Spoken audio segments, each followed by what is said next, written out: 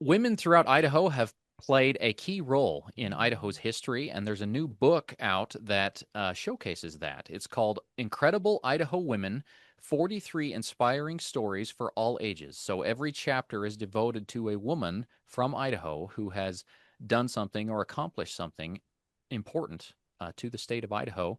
And there are a number of these women featured who are from eastern Idaho on our part of the state. The book was published by Boise Dev, which is a news outlet. I am here with Kara Jackson. She is a managing partner with Boise Dev and was also involved with this book project. Kara, thank you for joining me today. Yeah, thank you for having me, Rhett. Um, so tell me about this book. Um, what inspired this project? Yeah, so this book is about all different types of Idaho women and what it means to be incredible. The book was actually inspired by a trip that I took back in 2020 in the COVID summer up to Sun Valley. And my husband and co-founder of the business, Dawn, and I were up there. We were biking kind of through Ketchum Sun Valley area and stopped in Champions Meadow, where all of the statues of the Olympians are. And that's the first time that I learned about Gretchen Fraser, who is actually kind of like, she's the first US athlete to win a gold medal or any medal in skiing. And she did it in 1948.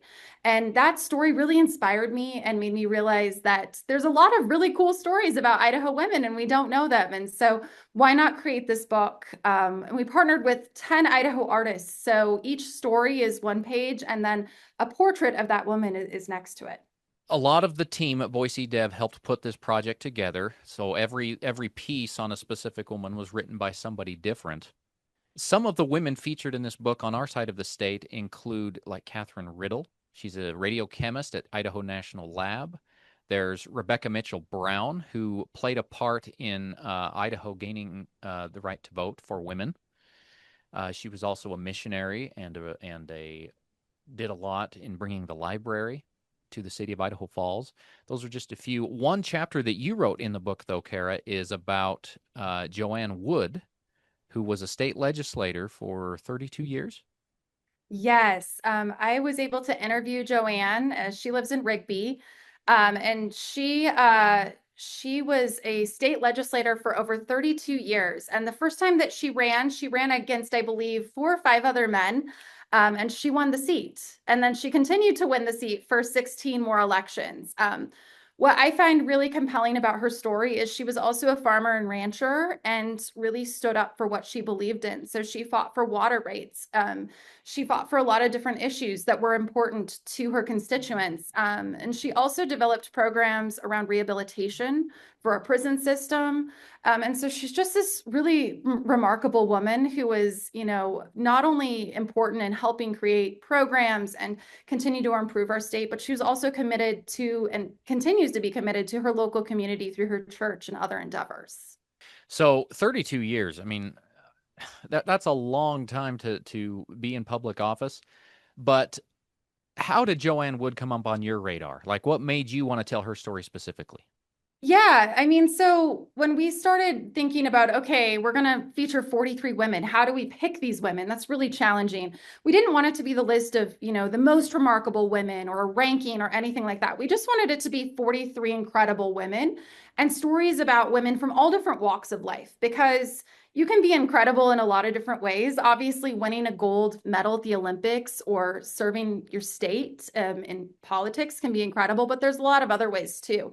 We know we wanted to feature, women on both sides of the aisle, both Democrats and Republicans, and women who had made different strides in politics.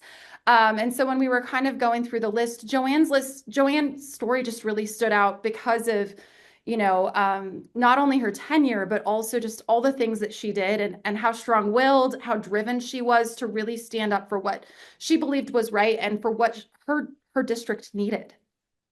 In all of the time that she was in office, is there one thing in particular that impresses you most about her? Um, yeah, so one of the things that she spoke about, and our story's, only 300 words in the book, so obviously we don't get to go into all these intricacies, but she spoke about when she became, I believe, she got on the committee for JFAC and started looking at all the prison budgets. And we needed new prisons, but there wasn't budget for it. And so she started learning about rehabilitation programs and worked with several different judges and several different people to bring together this program that wasn't just about, putting more people behind bars, but giving them the tools to be successful when they get out. And she was able to get the governor and other people to sign on board for a 2-year trial. And that was, I believe, back in 2002, 2004. And now that program is still in existence and has helped thousands of Idahoans and has been expanded to several of the other prisons throughout the state. So that's a high level version of that story. But what she did was really incredible. It was outside of her, normal spectrum of focus, but something that has changed thousands of people's lives. Of all the stories in here, do you have a favorite? Oh, that's such a hard question. Um, there's different stories that speak to me in different ways. One of the women in the book, her name is Betty Penson Ward, and she was a longtime reporter and editor for the Idaho Statesman. And she actually wrote a book about Idaho women in 1990. And so she's kind of a favorite of mine. Another favorite of mine, I mentioned earlier, Gretchen Fraser. She was the first profile that I wrote when I started this project. And I just love her story and how she, won this gold medal when nobody thought it was possible for a U.S. Olympic athlete to win a medal, let alone a gold medal in skiing. And so she really paved the way for generations of successful alpine skiers from our country. Now, you guys have an event coming up to kind of promote the book, and it's a book signing, I believe. November 12th, is it? Yeah, so it's on Wednesday, November 12th. So in just a few days, we're going to have about 14 of the women from the book on a panel, and then they'll be doing a signing along with our team and some of the artists. Do you have any planned appearances on this side of the state? Not yet, but we would love to have some. So if there's some local bookstores or other groups that would, be interested in hosting something, especially in early 2026, I'd love to get in contact with them. Gotcha. Well, Kara, I've enjoyed spending a few minutes here with you today. So if people want to buy the book, where can they go to get it? They can go to incredibleidahowomen.com and order their books there. We'll be shipping them out on a daily basis. We're also working to continue to get into more local bookstores and other gift shops. So if there's any local bookstore owners who are interested in carrying this book, they can reach out to me via the website, and we can get some books over your way. That's great.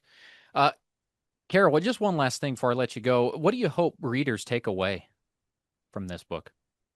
Yeah, I hope that they're inspired that, no matter what your position in life may be, old, young, rich, poor, wherever you may be at, I think that there's a way to be incredible in life and to use your talents for good to help your community. And so I hope that, they find a story that speaks to them and helps them realize, what their goals or paths or dreams might be in life.